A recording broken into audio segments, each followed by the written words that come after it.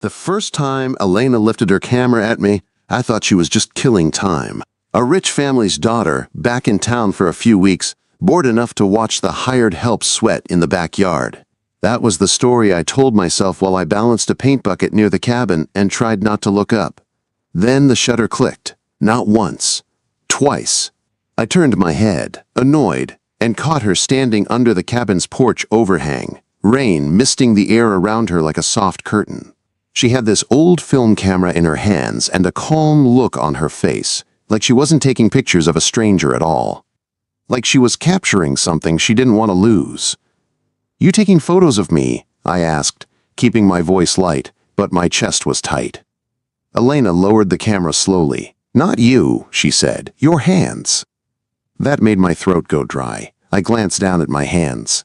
They were nothing special. Rough knuckles, dirt under the nails, paint on my fingertips, a small cut on my index finger from a cedar slat that fought back. Hands that built fences and carried drywall. Hands that never got complimented unless someone wanted a discount. "My hands?" I repeated, like I heard her wrong. She stepped closer, not too close, but close enough that I could smell coffee and wet wool. "Yeah," she said. "They look like they tell the truth." I didn't know what to say to that, so I did what I always do when I don't know what to say. I went back to work. My name's Aiden. I'm 23, and I do construction in a small town outside Aspen, Colorado. Not the shiny ski resort Aspen people brag about online. The quieter stretch of town where the roads are gravel and the diner still serves burgers the same way they did when my dad was a kid. I rent a one-room apartment above a hardware store. Cheap. Loud at night. Smells faintly like paint thinner no matter what I do. Every morning I hop on my beat-up mountain bike and pedal 3 miles to my uncle's yard. 9 hours of hauling, measuring, cutting, and building. Then I ride home, eat soup from a can, and do it again. I'm not chasing a big dream. I'm not the kind of guy who talks about goals at a bar. I like simple. I like work that makes sense. Measure twice, cut once, build something solid, go to sleep tired. My uncle says I'm better with my hands than he ever was. That's his way of saying I'm not great with words. He's not wrong. A couple weeks ago, he put me on a renovation job for the Whitmores, an older couple with a nice place in the better part of town. They had a small cabin in the backyard that used to belong to Mrs. Whitmore's mom. It sat behind a grove of pine trees like a secret, empty for years, quiet in the sad way. The cabin needed a new porch, new floorboards, and a new fence. My uncle trusted me to handle it solo. I liked that. Less talking, more working. The first 2 days were exactly how I wanted them. I showed up at dawn, tore out rotted boards, reset posts, and laid out fresh cedar planks. Mr. and Mrs. Whitmore checked in once, nodded, thanked me, and left. No hovering, no questions. Then came day 3. I was carrying a bucket of paint through the yard when a voice called from the main house porch. "Careful," it said. "That gate swings shut with the wind. Could clip your foot." I looked up fast, nearly dropping the paint. Elena was leaning against the doorframe like she'd been there a while. Dark hair tied back in a loose ponytail. Oversized gray sweater. Faded jeans. No jewelry, no makeup. Just this quiet presence that made the whole yard feel different. "I didn't see you," I said, brushing my hands on my work pants. She gave a small smile. "Didn't mean to sneak up on you. I'm Elena. The Whitmores are my parents. I'm here for a couple weeks." "Aiden," I said, nodding. "I'm fixing the cabin." "I figured," she replied, eyes flicking to the lumber stack. "Looks like you're doing it alone." "Yeah," I said. "That's how I like it." Elena studied me for a second like she was deciding what to do with my answer. Then she said, "Okay, just didn't want you losing a toe." She disappeared back inside before I could respond. That night I told myself she was nothing. Just the client's daughter. Someone passing through.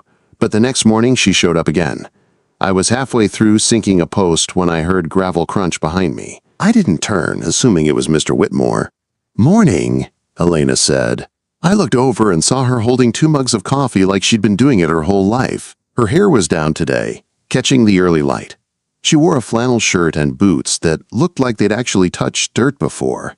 "Thought you might need this," she said, offering one. I took it, and our fingers brushed for half a second. My pulse jumped like I'd touched a live wire. "Thanks," I muttered. "Don't get used to it," she said with a low laugh. "I just had extra." I tried to act normal, but my focus was shot. She leaned against a pine tree, watching me work like it was something worth watching. "You work like you're sure of every move," she said. "It's just a fence," I replied. "Still," she said, "it's calming." A few days after that, she started bringing lemonade, then lunches, sandwiches she made herself, apples sliced with cinnamon. Little things that felt too personal to be a polite gesture. She asked about my tools, why I measured the way I did, how I knew a board was straight just by looking at it. I answered in short sentences, because that's what I do, but she listened like my words mattered. One afternoon, rain rolled in fast, turning the yard dark and damp. I kept painting anyway, stubborn and stupid. Elena sat on the cabin steps under the overhang, watching me through the mist. The shutter clicked again. I looked up. "You really taking pictures of me?" Elena lifted the camera slightly, then lowered it. "Not you," she said again, softer this time. "Your hands." I stared at her, confused. She stood and walked toward me, boots sinking in wet grass. The rain dotted her hair and sweater. She didn't seem to care. "I'm a photographer," she said, voice steady. "I shoot people all the time. But most of them are trying to look like something. They pose. They hide." She held up the camera, then lowered it again like she was nervous now. "You don't," she continued. "You're just working. Your hands don't lie." My throat tightened. I didn't know why a simple sentence hit me like that. I cleared my throat and tried to joke. "So what? You want a close-up of my dirty nails for your art show?" Elena's smile flickered. "Maybe," she said, "but not for a show." She hesitated, then asked the question that changed the air between us. "Can I photograph your hands up close?" she said. "Just your hands. Holding the hammer, holding the brush. I don't know why, but I need to." The rain kept falling. The fence stood half-painted behind me. And for the first time in my life, I didn't know what the right move was. For a few seconds, I just stared at Elena like she'd asked me to hand her my wallet or my secrets. "Why?" I asked, because that was the only word my mouth could find. Elena didn't rush to fill the silence. She held the camera against her chest like it was something fragile.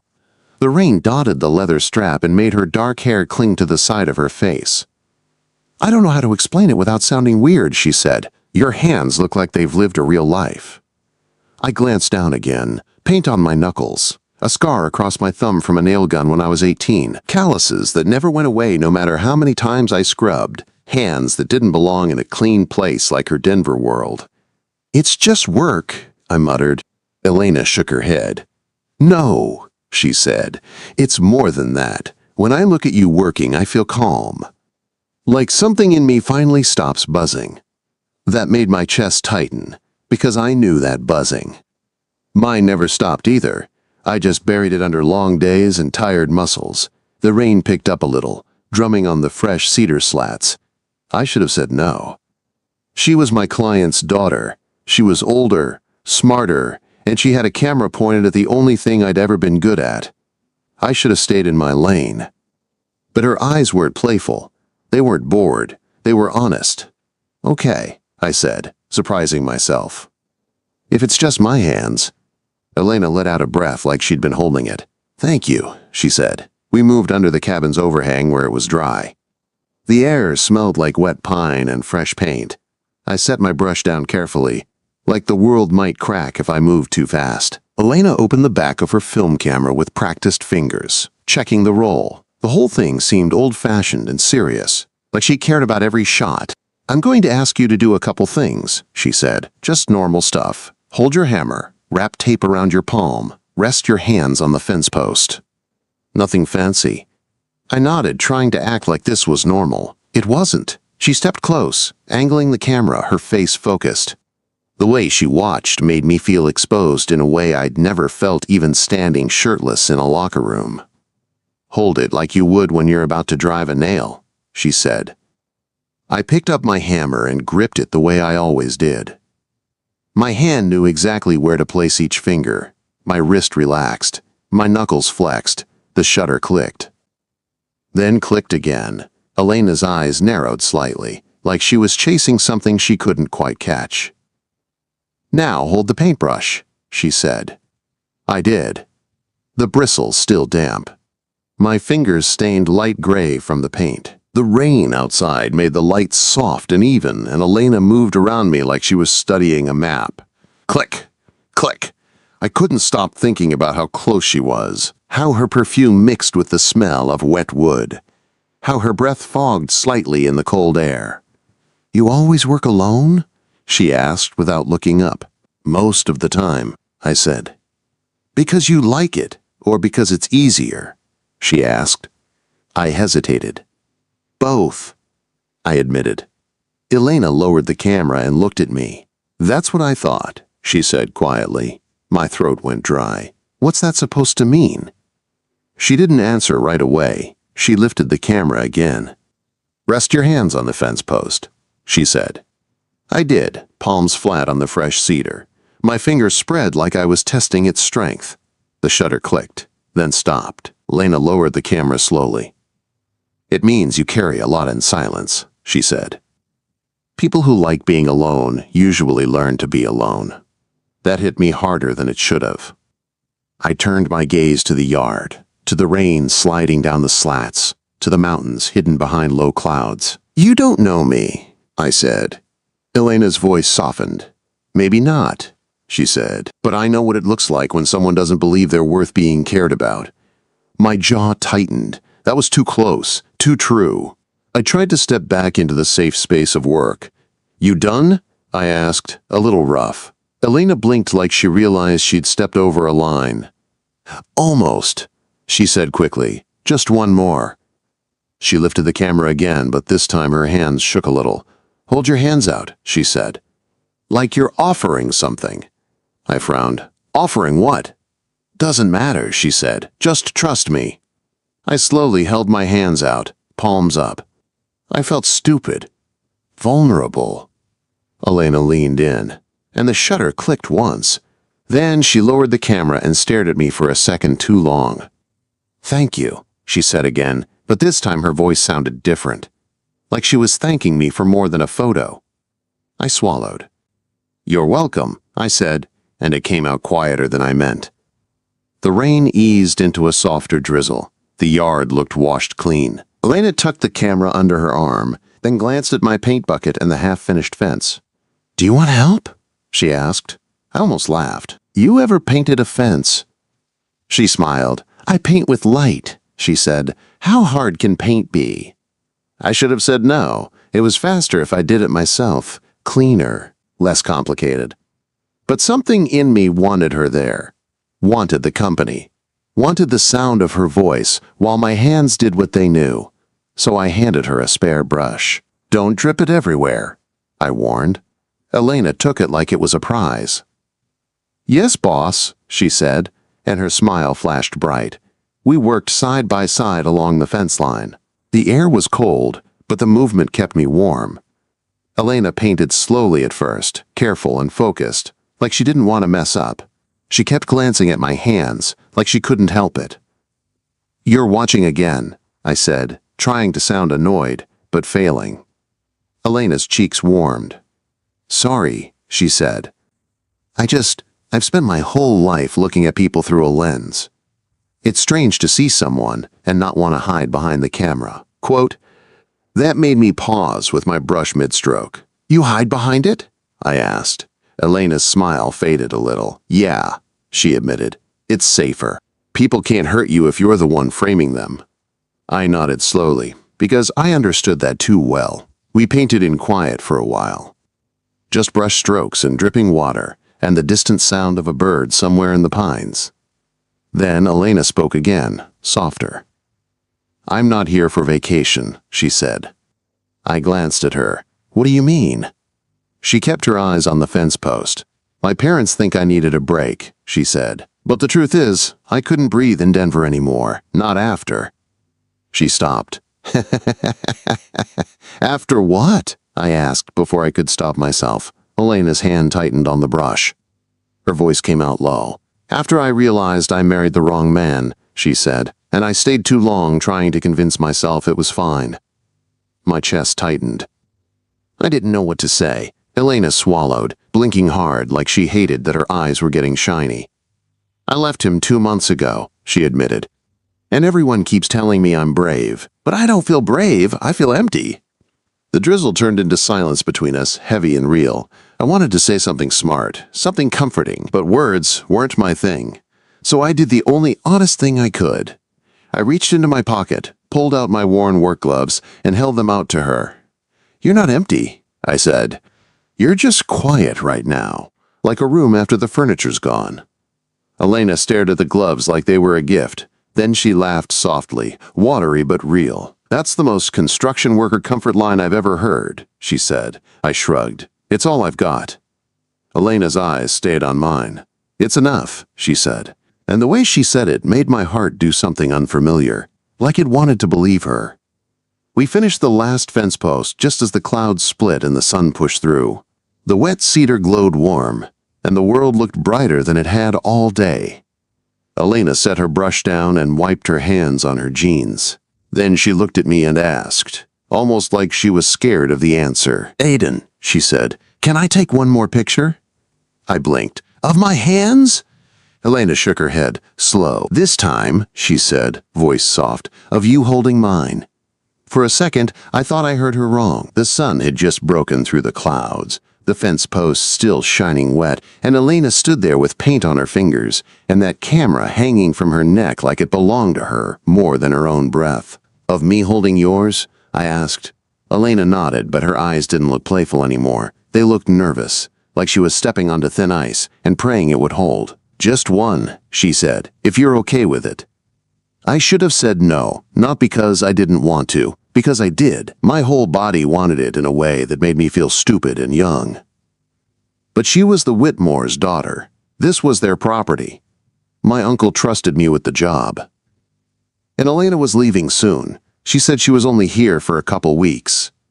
Holding her hand felt like building something I couldn't finish. But then she shifted her weight, and her sleeve slid back enough for me to see a faint pale line on her wrist, like an old mark that didn't belong to paint or gardening. Her fingers tightened around the camera strap like she was waiting for me to shut her down. I couldn't do it. So I took a breath and said, "Okay." Elena's shoulders dropped like she'd been holding herself up with pure will. "Okay," she echoed softly. We stood there by the fence, both of us suddenly awkward, like teenagers at a school dance. The yard was quiet except for a drip from the cabin gutter. Somewhere in the pine trees, a bird called once and then went silent. Elena lifted her hand first. Not fast, not bold. Just a slow offer, palm turned slightly upward. My heart thumped hard. I wiped my own hand on my jeans like a fool, even though it was already clean enough. Then I reached out. When our hands touched, it was simple. Warm skin, steady fingers. A small spark that felt too big for the quiet yard. Elena's breath caught. Mine did too. She didn't squeeze. She didn't pull. She just let her hand rest in mine like she trusted it there. Then she raised the camera with her other hand, twisting her body a little to frame the shot. It was clumsy, not because she didn't know what she was doing, but because this wasn't like taking a picture of a mountain or a sunset. This was personal. "You can relax," she said, trying to sound calm, but her voice was shaky. "I am relaxed," I lied. Elena let out a short laugh. "Sure you are." She leaned back slightly, held the camera steady, and the shutter clicked once. Then she lowered it and stared at our hands like she couldn't believe they were real. "Thank you," she whispered. I looked at her. Up close, her eyes weren't just brown. They had little flecks of gold in them, like the sun caught in whiskey. Her hair was still damp at the ends from the rain. Her cheeks were pink from the cold and the moment. "You okay?" I asked. Elena swallowed. "Yeah," she said. I haven't held someone's hand in a long time, not like this." Something tight moved in my chest. "Me neither," I admitted. Her eyes lifted to mine. "Really?" I nodded. "I don't do close," I said. "I'm not good at it." Elena's mouth softened. "I can tell," she said gently. "But you're trying." I didn't know how to answer that, so I looked down at her hands again. Her fingers were slender, but not delicate. She had a small scar near her knuckle, like she'd scraped it and let it heal without fuss. That made her feel more real to me than any polished Denver picture I'd built in my head. Elena's thumb brushed my knuckles once, slow and careful. Not a tease, more like a question. Then, without warning, her dad's voice cut across the yard. "Elena." And my whole body stiffened. Elena let go of my hand so fast it was like we'd been caught stealing. The warmth disappeared instantly, leaving my palm empty and cold. Mr. Whitmore was walking down the garden path from the main house. He wore a fleece jacket and nice boots that had never seen mud. He looked around the yard with the same calm face he always had when he checked on the job. His eyes landed on Elena first, then on me, then on the fence. "Looks good, Aiden," he said, polite as ever. "You're making fast progress." "Thank you, sir," I replied, voice steady even though my heart was pounding. Elena shifted beside me, suddenly very still. Her camera hung at her chest like a secret. Mr. Whitmore smiled, but it didn't reach his eyes. "I didn't realize you were helping," he said to Elena. Elena forced a light tone. "Just painting," she said. "I was bored." Mr. Whitmore nodded like he accepted that, but he glanced at her hands, paint on her fingers, a smudge on her jeans. Then his eyes flicked to the camera. "You taking pictures again?" he asked. Elena's fingers curled around the strap. "Yeah," she said, "just the cabin, the fence. I want to remember it." Mr. Whitmore looked at the fence again. "Your mother will like that," he said. Then he turned back to me. "Your uncle said you'd be wrapped up by the end of the week." "Yes, sir," I said. "Just some touch-ups left." Quote, "Good," he replied. "We appreciate your work." He started to walk away, then paused like something else crossed his mind.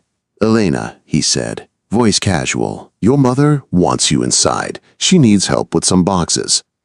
Elena's face changed for half a second. Not anger, not fear. Something like being pulled back into a role she didn't choose. "Okay," she said. Mr. Whitmore left without another word, heading back toward the main house like he hadn't felt the tension he just dropped into the yard. Elena stood there for a moment staring after him. "Sorry," she said quietly. "He's always watching, even when he's being nice."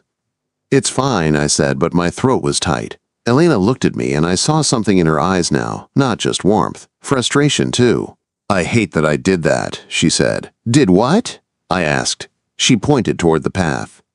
"I hate that I let go of your hand like it was something wrong," she said. "Like you're something to hide."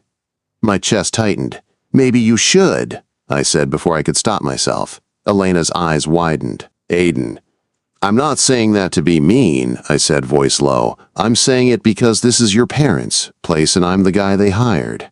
I don't want to mess up the job. I don't want to mess up your life." Elena's jaw tightened. "My life is already messed up," she said. "That's why I'm here." I swallowed, trying to keep my head straight. "You said you're leaving soon," I reminded her. Elena hesitated. "I don't know," she admitted. "I told my mom 2 weeks because it sounded reasonable. But Denver feels heavy right now." I nodded slowly, the truth settling in my gut.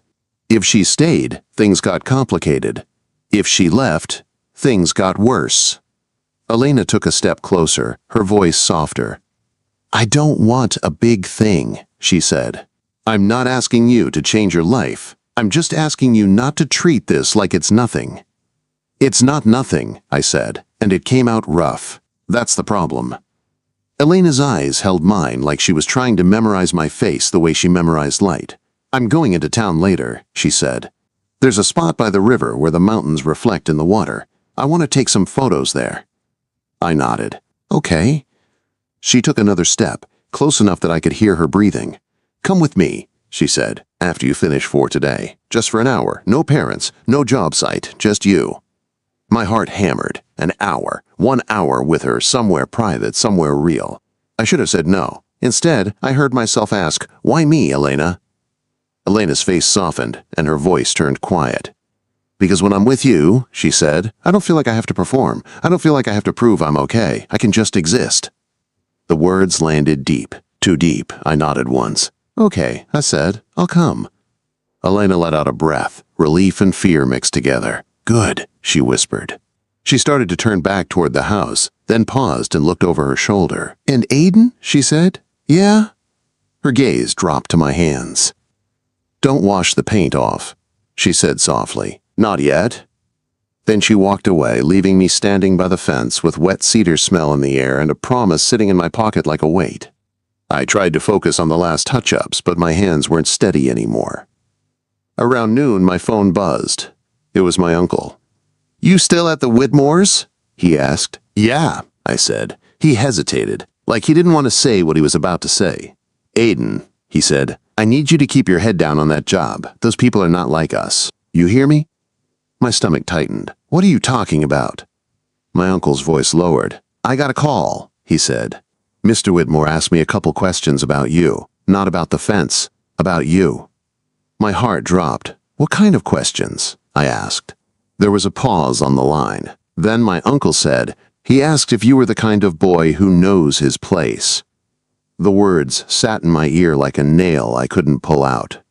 The kind of boy who knows his place. I stared at the fence post in front of me, brush in my hand, and suddenly the work felt different. Like every board I'd cut and every nail I'd driven was proof of something they could take away with one phone call. My uncle kept talking, but I barely heard him. "Aiden," he said again, sharper, "you hear me?" "Yeah," I forced out. "I hear you."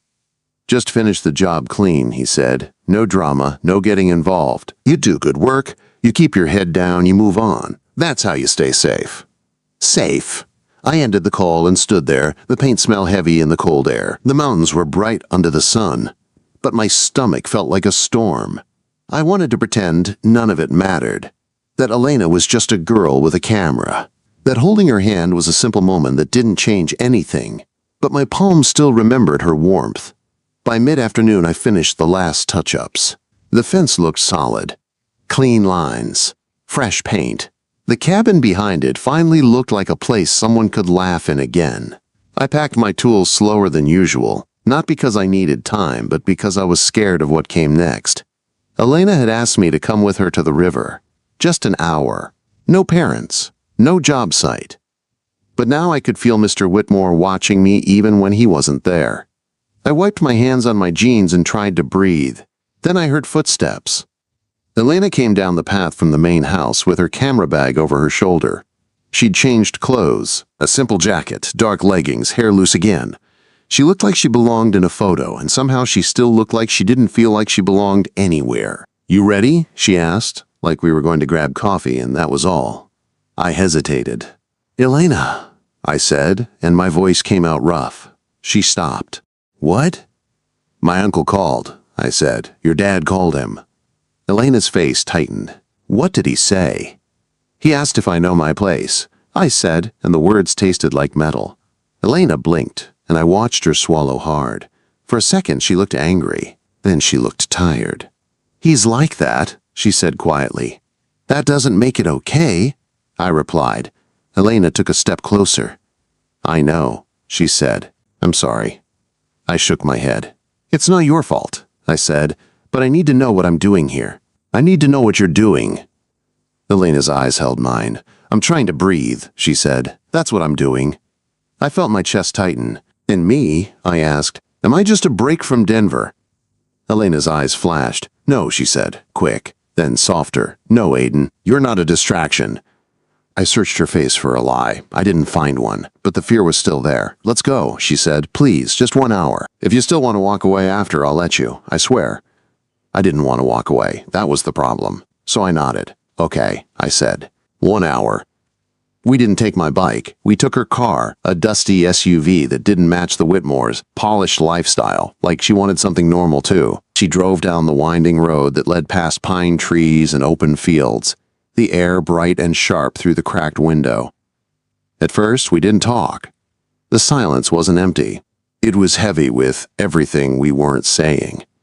Elena pulled into a small gravel turnout by the river. The water moved fast, cold and clear, cutting through rocks like it had somewhere important to be. The mountains reflected in it like a promise. Elena grabbed her camera and walked closer to the edge. I followed, hands shoved deep in my pockets. She lifted the camera and took a few shots of the water, the light, The way the sky hit the surface, she looked calmer behind the lens, like it gave her a place to stand. Then she lowered the camera and looked at me. "I want to show you something," she said. She unzipped her camera bag and pulled out a small stack of prints. Photos on thick paper, edges clean. She handed them to me. The first one was my hands holding the hammer. The second was my hands on the cedar post. The third was my palms open like I was offering something. The fourth was our hands together. I stared at that last one the longest. The photo caught the paint on my knuckles, the small scar on my thumb, the way her fingers rested in mine like they belonged there. It looked quiet and true. "You printed them already?" I asked, stunned. Elena nodded. "There's a little shop in town," she said. "I went this morning." "Why?" I asked, my voice low. Elena took a step closer, her eyes glossy in the cold light. "Because I was scared you'd disappear," she admitted. "And I needed proof that this happened, that you happened." My throat tightened so hard it hurt. "I'm not a moment," I said, not even sure who I was saying it to, her or myself. Elena's voice shook. "I know," she said. "That's why this scares me. I don't collect moments like trophies, Aiden. I collect them because they're the only honest thing I know how to keep."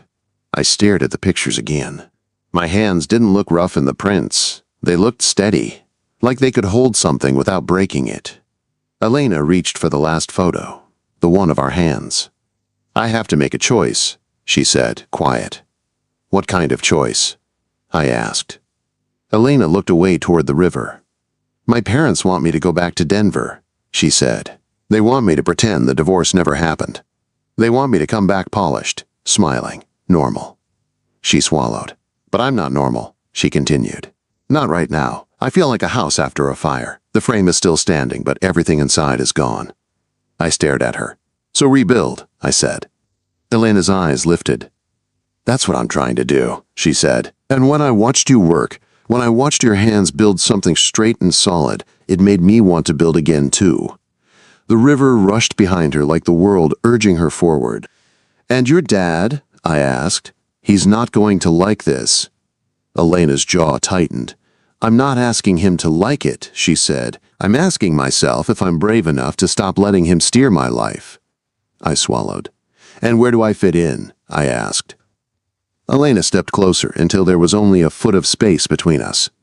"You fit where you want," she said, "but I'm not going to treat you like a secret. Not again." I thought about how fast she'd let go of my hand when her dad showed up. I thought about the call to my uncle. I thought about my place. Then I looked at her, really looked at her. Elena wasn't playing a game. She wasn't slumming it. She wasn't bored. She was terrified. And she was still standing here. I took a breath and held out my hand. Elena stared at it for a second, then she placed her hand in mine. This time, I didn't let go. We stood there by the river with the cold wind brushing our faces and the mountains watching like they'd seen every kind of love story before. Elena's voice was barely a whisper. "I want to photograph your hands again," she said. I gave a small laugh. "Why?" "Because I want to remember the moment you didn't run," she said. "The moment you stayed." My chest tightened. "I might still get scared," I admitted. Elena nodded. "Me too," she said. "But we can say it out loud." We stayed by the river until the sun started to dip. When we drove back, the air felt different. Not easy, not solved, but real.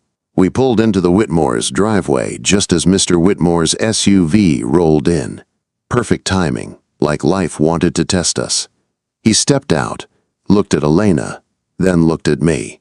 His face stayed calm, but his eyes were sharp. "Elena," he said, polite. "Where were you?" Elena didn't flinch. "Out," she said. "Taking pictures." Mr. Whitmore's gaze flicked to her camera bag, then to me. "With him?" he asked, voice still even. Elena's fingers tightened around my hand. She didn't hide it. "Yes," she said. The yard went quiet. Mr. Whitmore's jaw tightened. "Aiden," he said, turning to me, "I assume the job is finished." "It is," I replied. "Good," he said. "Then you can go." Elena's eyes flashed. "Dad," she warned. Mr. Whitmore ignored her. He looked at me like I was a tool someone forgot to put away. "I don't want confusion here," he said. "My daughter is going through a phase. She'll be leaving soon." Elena's grip on my hand tightened like she was anchoring herself. "I'm not a phase," she said, voice shaking but firm, "and he's not a mistake." Mr. Whitmore's calm cracked just enough to show irritation. "Elena, don't embarrass yourself." Elena took a breath. Then she did something that stunned me. She stepped forward, still holding my hand, and lifted her chin. "I'm going to Denver tomorrow," she said, "but not to fix myself for you. I'm going to get the rest of my things. I'm going to sign the final papers. And then I'm coming back here for a while." Her mother appeared on the porch, drawn by the tension. Mrs. Whitmore's eyes moved between all of us like she was watching a storm roll in. "Elena," her mother said softly. Elena's voice trembled, but she didn't back down. "I need space," she said, "and I need to stop pretending I'm okay just because it's easier for everyone else." Mr. Whitmore looked like he wanted to argue, but his wife's presence tempered him. "This isn't the time," Mrs. Whitmore said quietly. Elena turned to me then, her eyes glossy. "I don't know what happens after tomorrow," she said, "but I know I want you to be part of what I build next. If you want that too." My heart pounded hard. I thought about my uncle's warning. I thought about knowing my place. Then I looked down at our hands, still joined, paint on my knuckles, her skin warm against mine. Solid. "I want it," I said. Elena's breath hitched. Mr. Whitmore stared at us like he couldn't believe a man like me could say that out loud. But I didn't lower my eyes, because for the first time I realized my place wasn't something he got to decide.